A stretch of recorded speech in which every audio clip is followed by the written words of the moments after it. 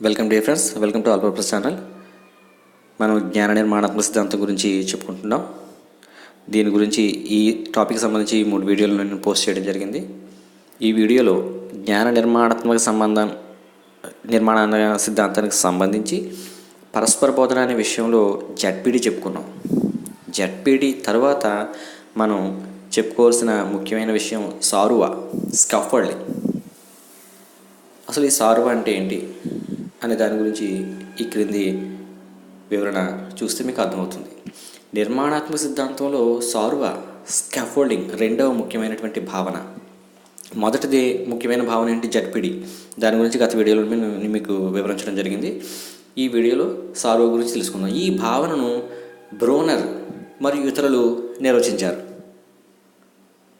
Bruner సారువా, scaffolding అనే భావనను నిర్వచించినటువంటి శాస్త్రవేత్త. ఆయన తర్వాత కొంతమంది శాస్త్రవేత్తలు కూడా ఈ సారువా, స్కాఫోల్డింగ్ అనే అంశాన్ని వివరించడం జరిగింది. ఇప్పుడు దాని గురించి పూర్తి వివరణ. అనుకున్న కృత్యాన్ని సాధించడానికి విద్యార్థికి ఎక్కువ జ్ఞానం గల పెద్దల లేదా సమవయస్కుల లేదా ఉపాధ్యాయులు అందించే సహాయ సహకారాలనే సారువా అంటారు, స్కాఫోల్డింగ్.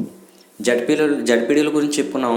జోన్ ఆఫ్ ప్రాక్సిమల్ డెవలప్మెంట్లో శిశువు సొంతంగా కొన్ని విషయాలని సాధించగలడు, కొన్ని విషయాల్ని ఇతరుల సహకారంతో సాధించగలడు. ఈ రెండింటి మధ్య భేదం జడ్పీడీ అని చెప్పుకున్నాం. ఈ రెండింటి మధ్య భేదం తెలియాలి అంటే సొంతంగా ఏ పనులు చేయగలిగాడో లెక్కగట్టాలి, ఇతరుల సహాయంతో ఆ పనిని ఇంకెంతవరకు సాధించగలిగాడో అంటే పూర్తిగా నేర్చుకున్నాడో తెలుసుకోగలగాలి. ఈ రెండింటి మధ్య భేదాన్ని మనం గుర్తించగలగాలి. ఈ రెండింటి మధ్య మరి భేదాన్ని గుర్తించగలగాలి అంటే ఈ జడ్పీడీలో సారువా అంటే పెద్దల సహకారంతో చేసే కృత్యాలను మనం అంచనా వేయగలగాలి. ఈ పెద్దల సహకారం అందించడమే సారువా. జడ్పీడీలో పెద్దలు లేదా తనకంటే ఎక్కువ జ్ఞానం కలిగిన వారు ఆ విద్యార్థికి లేదా ఆ శిశువుకి సహకారం అందించడాన్ని సారువా అంటారు. అంతే సింపుల్గా. అనుకున్న కృత్యాన్ని సాధించడానికి విద్యార్థికి ఎక్కువ జ్ఞానం కలిగిన వారి యొక్క సహాయ సహకారాలు అందించడాన్నే సారువా అంటారు. దీన్ని స్కాఫోల్డింగ్ అంటారు.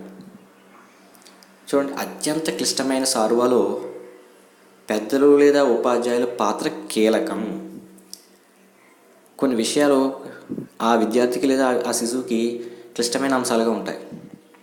అటువంటి సందర్భాల్లో సారువా చాలా కీలకమైన పాత్ర పోషిస్తుంది ఆ విద్యార్థికి. ఆ విద్యార్థి ఆ కృత్యాన్ని సాధించగలగాలంటే కంపల్సరీ సారువా, స్కాఫోల్డింగ్ ఆ విద్యార్థికి అందాలి. వీరికి అభ్యసన అంశాలపై జ్ఞానం ఉంటుంది. ఎవరికి? సారువా అందించే వ్యక్తులకి. ఆ అభ్యసన లేదా బోధనాంశంపై పూర్తి జ్ఞానం ఉంటుంది. బోధనా ప్రక్రియకు కావలసినటువంటి నైపుణ్యాలు, ప్రణాళిక అన్నీ కూడా వీరికి ఉంటాయి. ఎవరికి? సారువా అందించే వ్యక్తులకి. అంటే శిశువు కంటే జ్ఞానం ఎక్కువ కలిగినటువంటి వ్యక్తులు, పెద్దలు, ఉపాధ్యాయులు లేదా వారి యొక్క స్నేహితులు.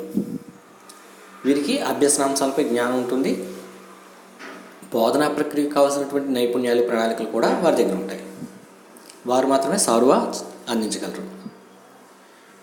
వీరు విద్యార్థులకు ప్రేరణ కలిగించడమే కాకుండా వారికి ఒక ఆసరాగా ఉండి అనుకున్న కృత్యాన్ని సాధించడానికి కావలసినటువంటి ముఖ్యమైన అంశాలు, సమాచారాన్ని, సూచనలు ఇస్తూ సహాయపడతారు.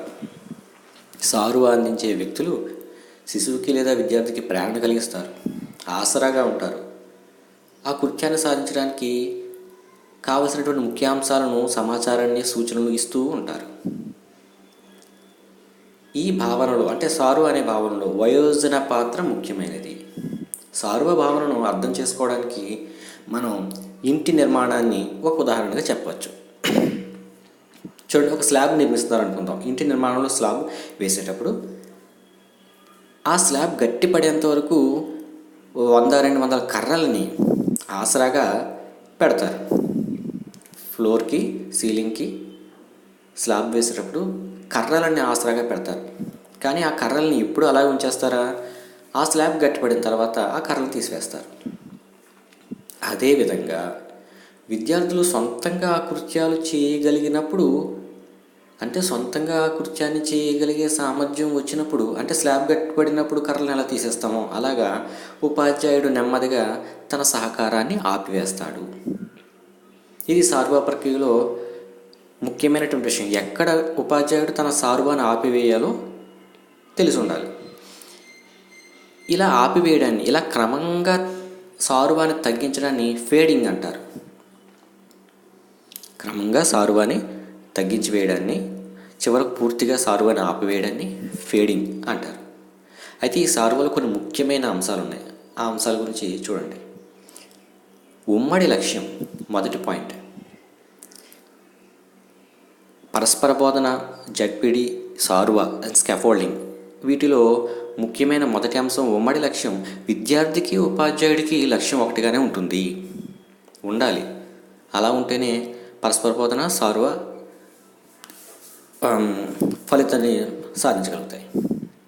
రెండవది నిరంతర నిర్ధారణ, అనుకూల పద్ధతులు. ఉపాధ్యాయుడు విద్యార్థుల యొక్క ప్రగతిని నిరంతరం మూల్యాంకన చేస్తూ విద్యార్థికి కావాల్సిన సహాయ సహకారాలను ఎప్పటికప్పుడు అందిస్తూ ఉండాలి. అది రెండవ ముఖ్యమైన విషయం. నిరంతర నిర్ధారణ, అనుకూల పద్ధతులు వాడుతూ ఉండాలి. ఎవరు? ఉపాధ్యాయుడు విద్యార్థి యొక్క ప్రగతిని నిరంతరం మూల్యాంకన చేస్తూ విద్యార్థికి కావాల్సిన సహాయ సహకారాన్ని ఎప్పటికప్పుడు అందిస్తూ ఉండాలి. ఇక మూడవ అంశం సంభాషణ. నిరంతర సంభాషణ, పరస్పర ప్రతిచర్యలు విద్యార్థిని అభ్యసన ప్రక్రియలో క్రియాశీలంగా ఉండేటట్లు చేస్తాయి. కాబట్టి సంభాషిస్తూ ఉండాలి ఉపాధ్యాయుడు. సారువా అందించే వ్యక్తి వారితో ఇంటరాక్ట్ అవుతూ ఉండాలి.